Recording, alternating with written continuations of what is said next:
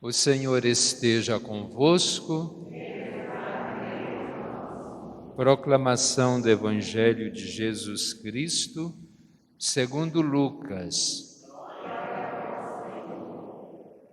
Naquele tempo, Jesus estava ensinando numa sinagoga em dia de sábado. Havia aí uma mulher que fazia 18 anos, estava com um espírito que a tornava doente. Era encurvada e incapaz de se endireitar. Vendo-a, Jesus chamou-a e lhe disse: Mulher, estás livre da tua doença. Jesus colocou as mãos sobre ela e imediatamente a mulher se endireitou e começou a louvar a Deus.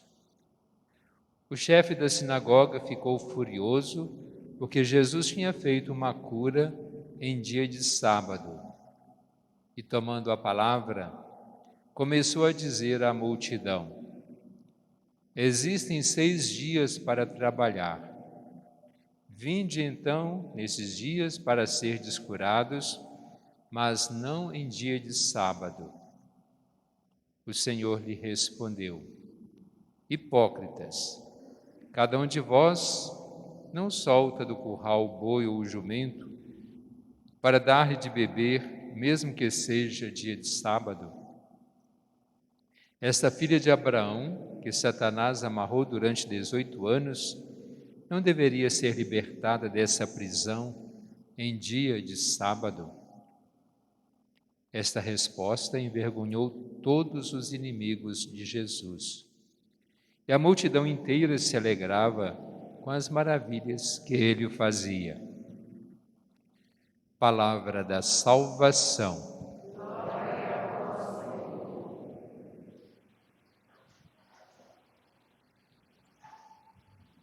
Nossa condição de doentes, de doença, é sinal da nossa limitação. E a maior doença que nós temos é o pecado, que certamente para muitos séculos era representada pela lepra, que era a pior doença antes e no tempo de Jesus. Desde Moisés, quando havia aquelas prescrições para o leproso, para não contaminar as pessoas. E hoje, apesar de dizermos que a grande doença é o pecado, não quer dizer que a pessoa, por ser mais pecadora do que a gente, que ela possa nos contaminar. Não é como um vírus que você não pode ter acesso, porque depende muito do seu interior. O vírus vem de fora e o pecado nasce dentro da gente, apesar de podermos ter influências, mas depende do nosso propósito de estarmos sempre na graça de Deus. E a doença, então, ela pode ser curada. Não há nada impossível para Deus. E como nós ouvimos nesse Evangelho, como Jesus curou esta mulher. Ontem nós vimos que Jesus curou um cego, Bartimeu, mas de acordo com a fé, seja feito conforme a sua fé. E hoje ele já chama. Jesus é aquele que acolhe, aquele que dá carinho, mas é aquele também que cobra, que chama atenção, que corrige, que às vezes é um pouquinho exigente, ou muito exigente, diante de certas situações. E ele não olha simplesmente a lei, porque ele veio realizar a lei dentro daquilo que é justo. Era sábado, era dia de preceito, era dia de não fazer nada, mas por que não curar uma mulher? Contrariando o chefe lá da sinagoga, os fariseus. E muitas vezes nós estamos cheios de fariseus ou passamos por fariseus quando queremos defender uma lei contra uma ação pela caridade. E Jesus certamente não aboliu, não desfez da lei, mas ele procurou colocar como princípio esse amor aos outros. É claro que se manifesta sim, mas a maior manifestação é na cruz, em que Ele nos cura todos do pecado, a grave doença. Mas como nós somos humanos e devemos nos preservar da doença, não é só depois que está doente quem vai se curar, precisamos nos preservar do pecado.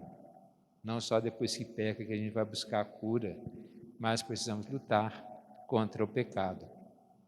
Tanto que na primeira leitura, São Paulo, quando ele escreve, nós temos uma dívida, mas não para com a carne, para vivermos segundo a carne. Pois se viverdes segundo a carne, morrereis, mas se pelo Espírito matardes o procedimento carnal, então vivereis. Seria mais ou menos assim, quando a gente tem que fazer alguma coisa, para assim, eu tenho que fazer isso, a minha vontade está me pedindo para fazer, ou a necessidade, mas a gente assenta e fala assim, meu corpo não está pedindo. Se eu obedecer ao corpo, eu não faço. Como pode ser ao contrário, meu corpo está pedindo para fazer alguma coisa, mas lá dentro de mim eu não posso, eu não devo, porque eu tenho um espírito que deve estar ligado a Deus, que vai me orientar naquilo que eu preciso fazer e não simplesmente ir no impulso, porque a nossa carne muitas vezes é mal educada, ela não age conforme o nosso espírito, então não age conforme a vontade de Deus. Porque continua que todos aqueles que se deixam conduzir pelo Espírito de Deus são filhos de Deus. Então está aí a nossa decisão, a proposta e a decisão de o que nós vamos seguir. A nossa carne simplesmente? Ou vamos seguir um Espírito que nos orienta, que nos leva sempre para o bom caminho? Se o Espírito também nos leva para o mau caminho, aí leva a pior, né? Mas que a gente tenha essa consciência do que deve ser feito, que podemos fazer e que realmente façamos para o bem dos outros. Vamos fazer a nossa prece pedindo a Deus que nos oriente, nos abra sempre a consciência para o bem, nos dê um espírito que possa discernir e que nós tenhamos coragem de fazer assim.